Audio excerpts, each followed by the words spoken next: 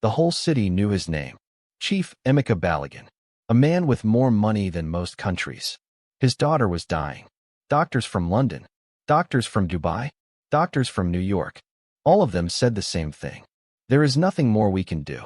So Chief Balogun stood in front of cameras, his voice shaking for the first time in his life, and he said something no one expected. $5 million. To anyone who can save my daughter. Rich men lined up. Famous doctors lined up. Powerful families lined up. But the one person who actually saved her life was a boy nobody wanted in that hospital. A boy in torn shoes. A boy the security guards tried to throw out. A boy named Daniel. And when he walked through those hospital doors, nobody knew he was about to destroy every wall of pride in that family. Nobody knew who he really was. Before we continue this story, welcome back to Fortune X Stories. If you love emotional stories about love, pride, and justice, hit that subscribe button because this story is one you will never forget. And before we go further, tell us in the comments, what city are you watching from right now? We want to see how far this story is traveling today. Now, let's go back to the beginning. The Balogun mansion sat on top of a hill in Lagos, so tall that poor people in the valley below could see its golden gate shining in the sun. Everyone in the city knew that gate. Everyone feared the man behind it. Chief Emeka Balogun built his fortune from nothing, and now he owned banks, hotels, and half the shipping ports in West Africa. He had one daughter, Adiz, and he loved her more than his own life. But Adiz was sick. A rare blood disease was killing her slowly, and no hospital in the world had found a cure. On the day the story begins, the family held a charity gala at the mansion. Chandeliers dripped gold light onto marble floors. Women in designer gowns sipped champagne like it was water. Everyone smiled for cameras, pretending they cared about charity, when really they came to be seen. In the middle of that glittering room stood Adiz's older cousin, Kayamika, laughing loudly with her friends. "Did you hear?" Kayamika said. "Uncle Emeka is offering $5 million to save Adiz." $5 million. People are already lining up like beggars. Her friend laughed. "Let them come. None of them will succeed. This disease has no cure. Even the best doctors failed." Kayamika smiled coldly. "Exactly. And when Adiz dies, this house, this money, everything, it comes to me." Nobody heard her say that except one maid, hiding near the kitchen door. A maid who would remember those words for the rest of her life. Meanwhile, outside the Golden Gate, in the poor side of the city where the streets had no lights and the roofs leaked when it rained, a boy named Daniel sat beside his sick grandmother's bed. He had heard about the reward on an old radio. $5 million, his grandmother whispered. "Daniel, that could save this whole street." Daniel shook his head softly. "Grandma, I'm not a doctor. I'm nobody. They won't even let me near that gate." But something in his heart would not let him rest. The next morning, Daniel walked for 2 hours to reach the Balogun Hospital wing downtown. He wore his only clean shirt, but his shoes were torn at the sides. Security guards stopped him before he even reached the entrance. "Where do you think you're going?" one guard barked. "I heard about the reward," Daniel said quietly. "I want to help." The guard laughed so hard he had to hold his stomach. "Help? Look at you. Go home, boy. This is not a place for people like you." A small crowd of rich visitors nearby laughed too. One woman in a fur coat covered her mouth and whispered to her friend, "Can you imagine? A street boy thinks he can save a billionaire's daughter." Daniel felt his face burn with shame. But he did not walk away. "Please," he said, "just let me talk to someone." That was when Adiz herself, pale and weak, being pushed in a wheelchair by a nurse, happened to pass by the doors for fresh air. She saw the boy standing there, humiliated, refusing to leave. "Wait," she said softly. "Let him in." The guard hesitated. "Miss Adiz, he's nobody." "I said let him in." Her voice was weak, but it carried enough authority that nobody dared argue. That was the first time Daniel and Adiz looked at each other, and neither of them knew that moment would change both their lives forever. Inside the waiting room, Daniel sat on a plastic chair while nurses whispered around him. An older nurse named Mama Ronk, the only kind face in that building, brought him a cup of water. "You walked 2 hours to get here?" she asked, noticing the dust on his shoes.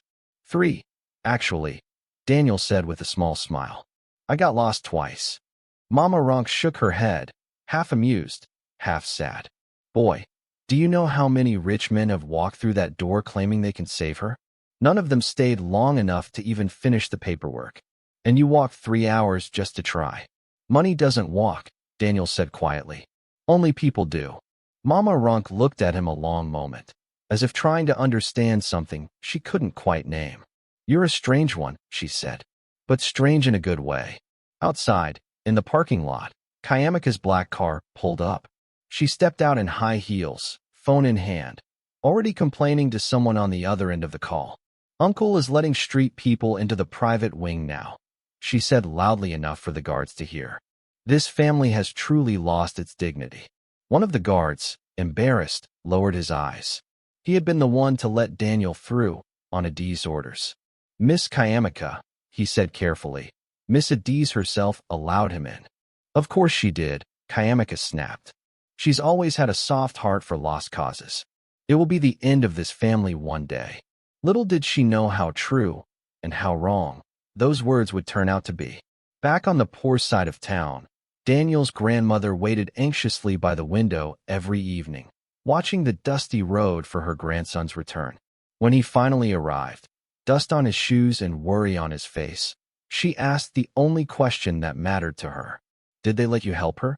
They're testing me tomorrow, Daniel said, sitting beside her bed.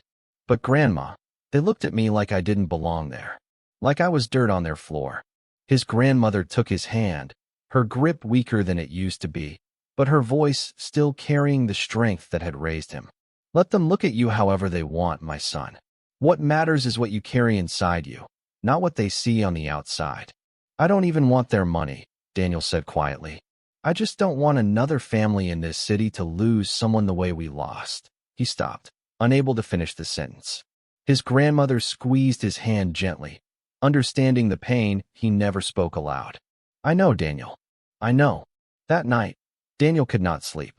He stared at the cracked ceiling of their small room, thinking about the sick girl he had seen for only a moment, thinking about the family that had looked at him like he was less than human, and thinking about a promise he had made to himself 3 years earlier, a promise that had nothing to do with the Baligan family at all, but everything to do with who he wanted to become. Inside the hospital, doctors reluctantly agreed to test Daniel, mostly to please Adiz. Nobody expected anything. Hundreds of people had already been tested. All had failed. 3 days later, the head doctor walked into Chief Baligan's office holding a folder, his hands trembling. Sir, we found a match. Chief Baligan stood so fast his chair fell backward. What? Who? The boy. Daniel. His blood is a perfect match. His bone marrow could save her life. For a moment, joy flooded the room. Chief Baligan almost cried. But then his assistant, a proud man named Tund, frowned. Sir, are you really going to let a street boy touch your daughter's blood? Think about your reputation. Chief Baligan's joy quickly turned into conflict. He loved his daughter more than pride, but the people around him, his family, his business partners, his own sister, began to whisper. A boy like that, connected to our bloodline forever? Unacceptable. Still love one. Chief Baligan agreed to the procedure. Daniel did not think twice. He signed the papers without even asking for the $5 million. I don't want the money, he told the doctor. I just want her to live. Word of that sentence spread through the hospital staff like wildfire. Nurses whispered about it. Doctors were touched by it. But Kayamika, watching from a corner, narrowed her eyes. He doesn't want the money, she muttered. Then what does he want? Access. That's what poor people always want. Access to rich families. The surgery took 6 hours. Daniel lay in a hospital bed, pale and drained, giving pieces of himself to save a girl he barely knew. When he woke up, the first face he saw was Adiz's mother, crying. Thank you, she whispered. Thank you for saving my daughter. For the first time since Daniel arrived at that mansion, someone looked at him not with disgust, but with gratitude. But not everyone felt gratitude. Kayamika stormed into Chief Baligan's office that same night. Uncle, you cannot let this boy stay near our family. People will start asking questions about how a nobody saved Adiz's life when the best hospitals in the world failed. It will make us look weak. Chief Baligan rubbed his temples. He saved my daughter's life, Kayamika. And now what? He becomes part of this family. People will laugh at us. Better they laugh at us for gratitude, Chief Baligan said sharply, than curse us for cruelty. Kayamika's jaw tightened, but she said nothing more that night. She simply turned, her heels clicking sharply against the marble floor as she walked out, already planning her next move. Downstairs, in the hospital's recovery wing, Adiz sat beside Daniel's bed while he slept off the effects of the surgery. She studied his face carefully, calm even in exhaustion, no bitterness in his features despite everything he had endured to reach that bed. When Daniel finally opened his eyes, the first thing he saw was her, watching him. "You didn't have to stay," he said weakly. "I wanted to," Adiz replied. "You gave me your blood. The least I can give you is my time." Daniel smiled faintly. "Careful. People might start rumors." "Let them," Adiz said, surprising even herself with the boldness of her own words. Outside the door, unnoticed by either of them, Tund, the chief's assistant, watched the exchange with narrowed eyes before quietly walking away to report what he had seen.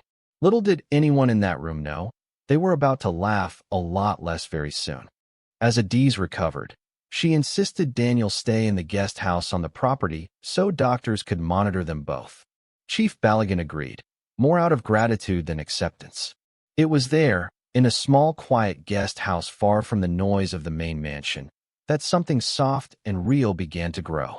Every evening, Adiz would walk slowly to the garden behind the guest house, still weak but improving daily. Daniel would already be there, usually reading an old book he'd brought from home. "You didn't have to save me," Adiz said one evening. "You don't even know me." "I know enough," Daniel said. "I know you told the guard to let me in when everyone else wanted me thrown out. That told me who you really are." Adiz smiled, the first real smile in months. "And who am I?" "Someone who still has kindness left in a world full of money," Daniel replied. She looked at him for a long time. "You talk like someone who has seen more of the world than your clothes show." Daniel's expression flickered, just for a second, before he smiled it away. "Maybe I just read a lot of books." Night after night, they talked. About small things. About pain. About family. About dreams. Adiz had never met a man who didn't ask her about her father's money within the first 5 minutes of conversation. Daniel never once asked. One evening, it rained suddenly. Adiz, caught outside, ran for cover under the small guest house roof, laughing for the first time in years as rain soaked her hair. Daniel opened the door and gave her his old jacket. "You'll catch a cold," he said softly. "I don't care," she whispered, looking at him in a way she had never looked at anyone. For a brief, beautiful moment, the world outside, the money, the mansion, the cruelty, disappeared completely. On another evening, Adiz brought 2 plates of jollof rice to the guest house, insisting on cooking it herself instead of letting the kitchen staff prepare it. "I burned it a little," she admitted, embarrassed, setting the plate in front of him. Daniel took a bite anyway, chewing slowly, thoughtfully. "It's perfect," he said. "You're lying." "I am," he laughed, the sound surprising even himself. "But it's still the best meal I've had in this house." Adiz laughed too, a real laugh, one that hadn't left her chest in years. "Why is that?" "Because someone made it with their own hands. Not because they were paid to, but because they wanted to," Daniel said. "That means more to me than any 5-star kitchen ever could." Adiz grew quiet for a moment. "You always say things like that.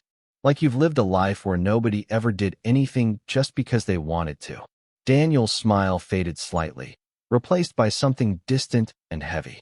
"Maybe I have," he said softly, before quickly changing the subject. Another night, as the stars filled the sky above the guest house garden, Adiz asked him a question she had been holding back for weeks. "Do you ever get scared, Daniel? You always seem so calm, even when my family treats you badly." Daniel considered the question carefully before answering. "I've learned that people's cruelty says more about their own pain than it does about my worth. So no, I don't fear it anymore. I used to. Not anymore." "That's a strange thing for a poor boy to say," Adiz said gently, studying his face. "Maybe I'm not as poor as I look," Daniel replied. smiling just enough to hide the truth beneath his words. One quiet afternoon, Adi's younger cousin, a curious 9-year-old boy named Ifani, wandered into the garden while Daniel was repairing an old wooden bench. The boy watched him work for a long time before speaking. "Everyone says you're poor," Ifani said bluntly, the way only children speak, without filters. "Is it true?" Daniel paused his work and looked at the boy kindly. "What do you think makes someone poor, Ifani?" The boy thought about it seriously. "Not having money? That's one way to think about it," Daniel said. "But I've met men with more money than this whole city who were the poorest people I ever knew, because they had no kindness left in their hearts. And I've met people with nothing in their pockets who were the richest people I ever met, because of how much love they carried." Ifani tilted his head, confused but intrigued. "So are you rich or poor?" Daniel smiled, ruffling the boy's hair. "Ask me again someday. The answer might surprise you." Later that evening, Adiz relayed the conversation to Daniel with a laugh. "You confuse children with philosophy now. Children understand truth better than adults sometimes," Daniel replied. "They haven't learned to measure people by their bank accounts yet." Adiz grew thoughtful. "I used to be like that too, before this family taught me to measure everything. My father, my mother, even me, we all learned to see people's worth in numbers. You're the first person who's made me forget how to count." Daniel took her hand gently. "Then maybe that's the greatest gift either of us could give the other. But peace like that never lasts long in a house built on pride." Word reached Kayamika that Adiz and Daniel were growing close. She marched straight to Chief Balagan. "Uncle, your daughter is falling in love with a street boy. Do you understand what this will do to our family name?" Chief Balagan tried to stay calm, but years of pride were hard to ignore. That night, he called Daniel into his study. "I am grateful for what you did," Chief Balagan said, his voice cold and formal. "But you must understand your place. My daughter cannot be seen with someone like you. People will say she settled for less." Daniel looked at him steadily. "With respect, sir, I never asked to be seen with anyone. I only wanted her to live. And she is alive," Chief Balagan said. "So take your payment and go. I told you before, sir. I don't want the money." Chief Balagan's eyes narrowed. "Then what exactly do you want?" Daniel paused. "Nothing you can put a price on." That answer only made the family more suspicious. The next day, at a family dinner, Kayamika publicly humiliated Daniel in front of guests. "So, Daniel," she said, smiling cruelly, "tell us, what did your father do for a living? Was he a mechanic? A driver, perhaps?" The table went silent. Daniel calmly answered, "He worked with his hands, just like most honest men." Kayamika laughed. "How touching. And here you are, eating from golden plates. Tell me, does it feel strange? Sitting at a table you could never afford in your own life." Adiz slammed her hand on the table. "Kayamika, that's enough. I'm simply asking questions your father should have asked before letting a beggar walk through our gates." Kayamika snapped back. Daniel stood up slowly, dignity intact despite the insult. "Thank you for the meal," he said quietly, and walked out. Adiz followed him outside, tears in her eyes. "I'm so sorry. My family is cruel." "You don't have to apologize for them," Daniel said. "I've been called worse things by people with far less reason to hate me." "Why do you never get angry?" she asked. "Why do you always stay so calm?" Daniel looked at the horizon for a long moment. "Because anger is a luxury I learned to live without a long time ago." There was something in the way he said it, something heavy, something hidden, that made Adiz wonder, for the very first time, if there was more to this quiet boy than anyone in her family understood. A week later, Chief Balagan's wife, Mrs. Balagan, cornered Daniel in the hallway, her voice low but sharp. "I have watched you carefully," she said. "You are polite. You are patient. But polite men have ambitions too. What is it you really want from my daughter?" "Nothing but her happiness," Daniel answered simply. "Everyone says that," Mrs. Balagan replied coldly, "until the wedding contracts are signed and suddenly they want half of everything." "Then it seems this family has been hurt before," Daniel said gently. "I am sorry for that. But I am not the man who hurt you." Mrs. Balagan studied him for a long moment, unable to find the greed she was searching for in his eyes. It unsettled her more than if she had found it. That same week, Kayamika arranged an accident. She invited a wealthy, handsome businessman named Kingsley to a family lunch, hoping to distract Adiz and remind everyone of the kind of man Adiz truly deserved. Kingsley, dressed in an expensive suit, sat across from Adiz, showering her with compliments about his new yacht and his family's oil business. Adiz answered politely but distantly, her eyes occasionally drifting toward the garden where she knew Daniel was quietly working, having offered to fix the old fence surrounding the guest house. "Isn't he charming?" Kayamiko whispered to Adiz during a pause in the conversation. "This is the kind of man who understands your world, not some boy who fixes fences with his bare hands." "There is nothing wrong with hands that build things," Adiz replied sharply, standing up from the table before dessert was even served, leaving Kingsley confused and Kayamika furious. Small strange things began to happen. One afternoon, a delivery truck arrived at the mansion gate carrying medical equipment for Adiz's recovery. The driver stepped out, saw Daniel standing near the guest house, and froze completely. "Mr. Adeyemi," the driver said, shocked, before quickly correcting himself and bowing his head. Sorry, sir. I thought you were someone else." Daniel simply nodded and walked away without explanation, but a guard nearby overheard the name and frowned in confusion. Another day, a well-dressed man from a shipping company arrived to speak with Chief Baligan about a canceled contract. As he walked through the compound, he spotted Daniel near the garden and immediately stopped walking, his face turning pale. "That's impossible," the man whispered to his assistant. "That boy looks exactly like." He stopped himself before finishing the sentence. Kayamika, always watching, caught wind of these strange reactions and grew suspicious. She hired a private investigator to look into Daniel's background, refusing to believe a poor boy could be entirely what he appeared to be.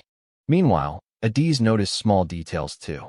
Daniel's old, torn shoes didn't match the quiet confidence in his voice. He spoke 3 languages fluently. He understood business terms during dinner conversations that even her father's advisors used carefully. Once, when a business news channel mentioned a company called Solomon Holdings collapsing overseas, Daniel's jaw tightened for just a second before he changed the subject entirely. "Who are you really?" Adiz asked him one night in the garden. Daniel hesitated. "Someone who is tired of being seen for what he owns instead of who he is." "That's not an answer." "It's the only one I can give you right now," he said softly. "Please trust me a little longer." Something in his eyes told her the truth was bigger than she could imagine. But she chose to trust him anyway, because in a house full of people who only loved money, Daniel was the only person who had ever looked at her like she mattered more than her father's fortune. Meanwhile, Kayamika's private investigator finally returned with a thin folder of findings, his hands nervous as he handed it over. "Miss Kayamika, I must be honest. Every record of this boy's past before 3 years ago has been sealed. Not lost. Sealed. Government-level sealed. I have never seen anything like it in 20 years of this work." "Sealed by who?" Kayamika demanded. "That is what troubles me," the investigator said.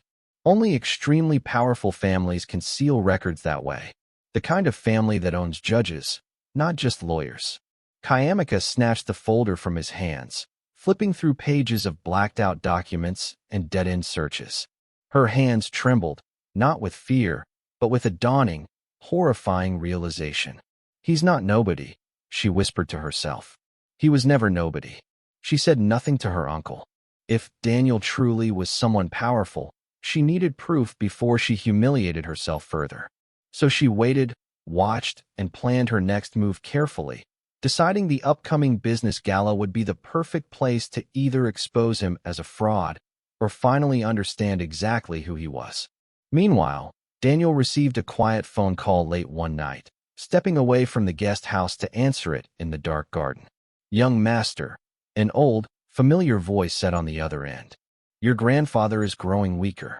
He asks for you every single day. How much longer will you hide?" Daniel closed his eyes, guilt washing over his calm expression. "Just a little longer, Baba Solomon. I need to know her heart is real before I bring my world crashing into hers. And if you wait too long," the voice warned, "the world may crash in on its own, without your permission." Daniel didn't know it yet, But that warning would come true faster than he expected. Chief Balogun's company was hosting its biggest event of the year, a business gala at the Grand Lagos Hotel, celebrating a major new shipping partnership. Every important business family in the country would attend. Kayamika convinced her uncle to invite Daniel, secretly hoping to humiliate him one final time in front of the entire elite society and end his relationship with Adiz forever. Daniel arrived in a simple black suit, calm as always. The moment he stepped into the grand ballroom, whispers spread like fire. "Isn't that the street boy who saved Adiz? I heard he doesn't even have a proper job." Kayamika took her chance. Standing near the stage with a microphone in hand for a charity announcement, she looked directly at Daniel and smiled coldly. "Before we continue tonight's event, I'd like to introduce someone special. This young man saved my cousin's life, and in return, my family gave him food, shelter, and comfort he never could have dreamed of in his old life. Let's give him a round of applause for finally living like a real human being." The room erupted in awkward laughter. Adiz's face turned red with anger and shame. She stood up quickly, grabbing the microphone from Kayamika's hand before she could continue. "That is enough," Adiz said, her voice trembling with fury. "This man saved my life. He deserves your respect, not your mockery." "Respect?" Kayamika laughed, playing to the crowd. "Cousin, you are letting your emotions confuse you. Gratitude does not mean he belongs among us." Murmurs spread through the crowd, some guests nodding in agreement with Kayamika, others uncomfortable with the cruelty on display. Daniel stood silently through it all, his expression unreadable, his hands calm at his sides. An older businessman near the front leaned toward his wife and whispered, "The poor boy has more dignity standing there in silence than she does holding that microphone." Chief Balogun, watching from his table, finally rose to intervene. "Kayamika, that is enough. This is not the place." But then, from the back of the ballroom, heavy footsteps echoed. A tall, elderly man in an expensive dark suit walked in, followed by 4 serious-looking bodyguards. The entire room fell into instant silence. Waiters froze. Businessmen who had been laughing seconds earlier suddenly stood up straight, adjusting their jackets nervously. Chief Balogun's own face went pale. That's Chief Solomon Adeyemi, the owner of Adeyemi Global Group. He controls half the ports in West Africa. The old man walked directly through the crowd, ignoring everyone, until he stopped in front of Daniel. Every guest in the room held their breath. Then, the powerful billionaire did something nobody expected. He bowed his head slightly. "Young master," he said clearly, his voice carrying across the silent room. "Your grandfather has been searching for you for 3 years." Gasps filled the room. Kayamika's microphone slipped from her fingers and clattered onto the floor. Daniel closed his eyes for a moment, as if finally releasing a weight he had carried for years. "Grandfather sent you?" Daniel asked quietly. He never stopped looking. Chief Solomon Adeyemi answered. 3 years ago, you disappeared after your parents' accident. You said you wanted to know if people would treat you the same without the Adeyemi name attached to you." The room buzzed with confusion and shock. Chief Balogun stepped forward, stunned. "Adeyemi? As in, the Adeyemi Global Group? The company worth $12 billion. "Yes," Chief Solomon said.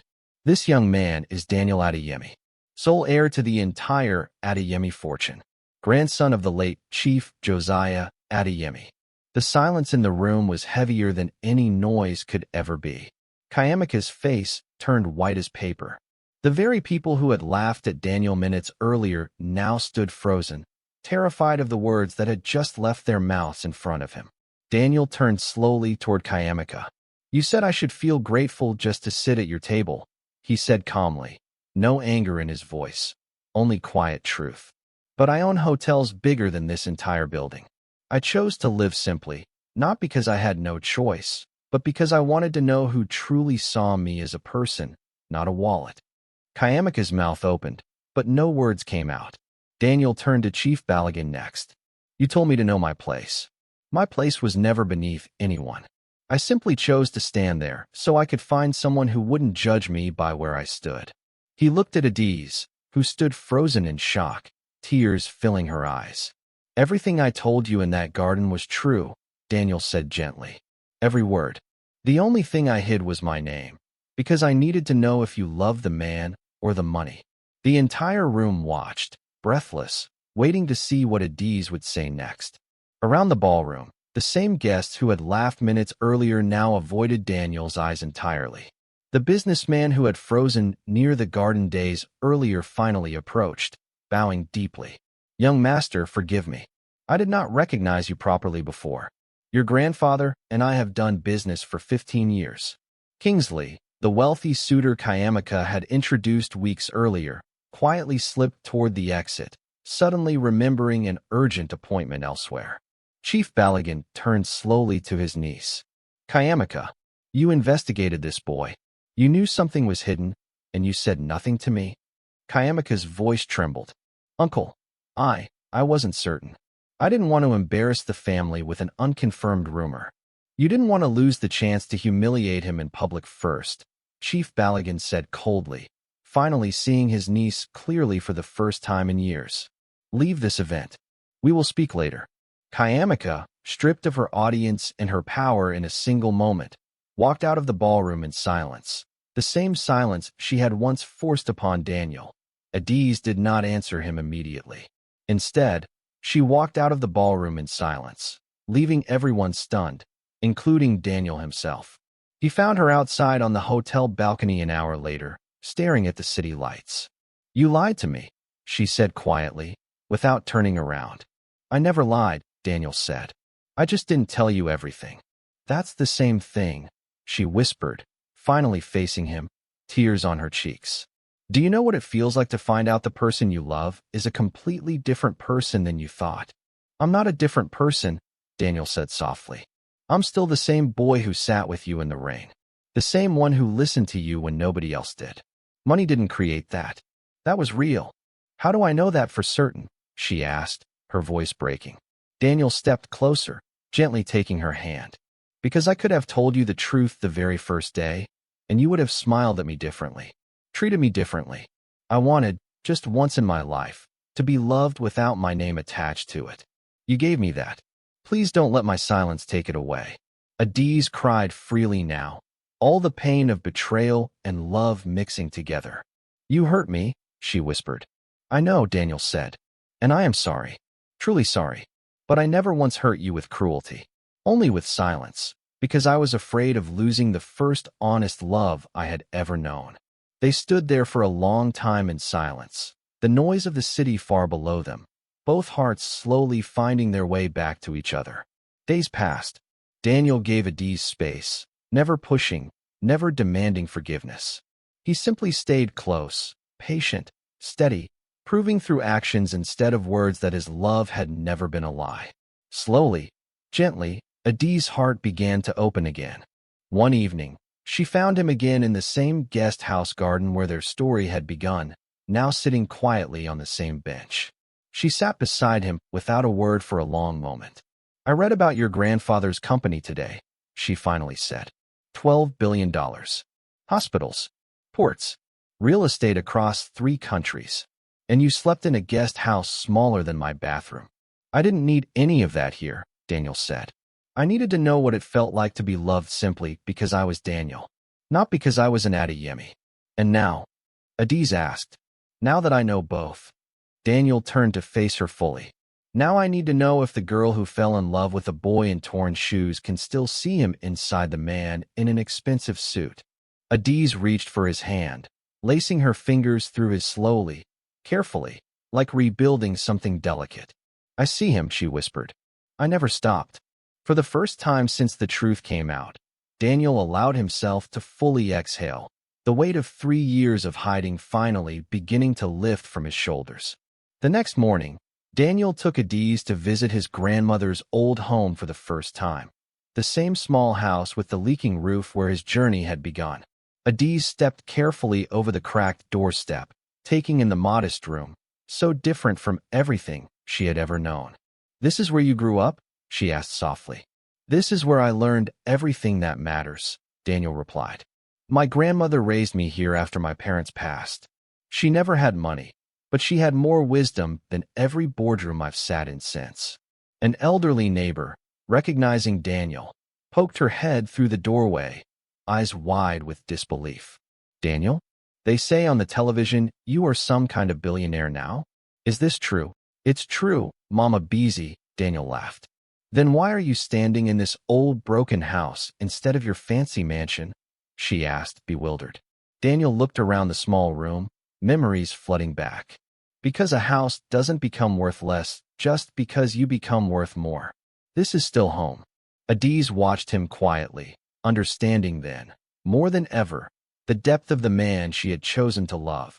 A man who could have erased every trace of his humble beginning, yet chose instead to carry it proudly with him into every room he entered. Thank you for showing me this, she whispered. Thank you for wanting to see it, Daniel replied. News of Daniel's true identity spread across the entire country within days. Business magazines called it the billionaire who lived like a beggar to find true love. Reporters camped outside the Balogun mansion, desperate for interviews. Chief Balogun, humbled deeply by his own past cruelty, personally visited Daniel to apologize. I judged you before I knew you, Chief Balogun said, his pride finally broken. I am ashamed of how my family treated you. You saved my daughter's life, and we repaid you with disrespect. You were protecting your family, Daniel replied calmly. I understand that more than you know. Kayamika, humiliated publicly and abandoned by the same elite society she once tried to impress, quietly left the city, her reputation in ruins. Nobody in high society wanted to be associated with the woman who had insulted a hidden billionaire in front of everyone. The maid who once overheard Kayamika's cruel words about inheritance finally came forward, revealing everything to Chief Balogun. The truth about his niece's true intentions broke his heart, but it also confirmed something important. Daniel had never once shown that kind of greed, even when he had far more reason to. Slowly, respect replaced ridicule throughout the mansion halls. The same guards who once mocked Daniel now greeted him with quiet, genuine respect, not because of his wealth, because of the character he had shown even when no one thought he had anything at all. Chief Solomon Adeyemi, Daniel's grandfather, finally traveled to Lagos himself, weak but insistent on seeing his grandson with his own eyes. When the two embraced in the mansion's main hall, even the household staff wiped away tears. You look thinner, the old man said, holding Daniel's face in his hands. Did that hospital food not feed you enough? Or did you spend 3 years torturing yourself to prove a point to the world? A little of both, grandfather, Daniel admitted with a small laugh. And was it worth it? The old man asked, his eyes drifting toward Adiz, who stood nearby, nervous to meet him. Daniel looked at her, warmth filling his tired eyes. Every single day of it. Chief Solomon walked slowly toward Adiz, studying her carefully the way only an elder who has seen too much betrayal in business knows how to study a stranger. Young lady, he said finally, my grandson gave up 3 years of comfort to find someone who would love him without knowing his name. Tell me honestly, did you? Adiz met his gaze without flinching, though her voice shook slightly. I didn't know his name, sir. I only knew his heart. That was enough for me. The old man smiled, satisfied, and turned to Chief Balogun. Then it seems, my friend, our families are about to become one. Chief Balogun, humbled beyond words, simply nodded, grateful the story had ended in healing rather than the ruin his own family's pride had nearly caused.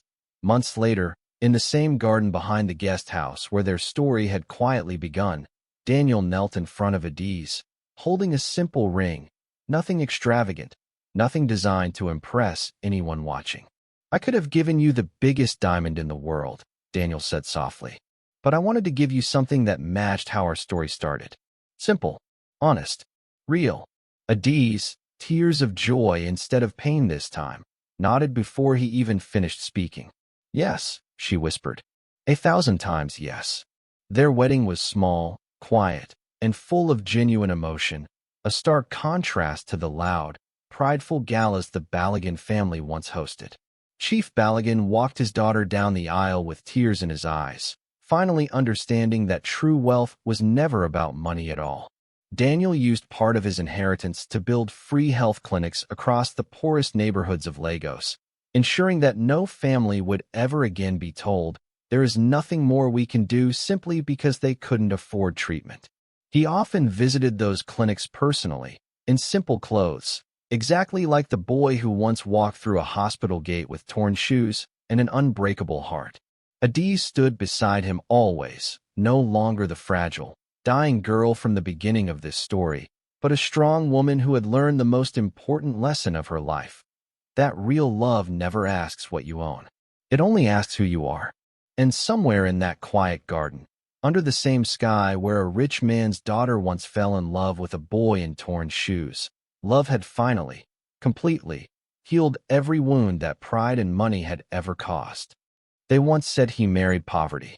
In truth, he married the only heart in that house that was never for sale. She was the girl they said he didn't deserve. He was the billionaire who chose to be seen as nothing, just to be loved for everything he truly was.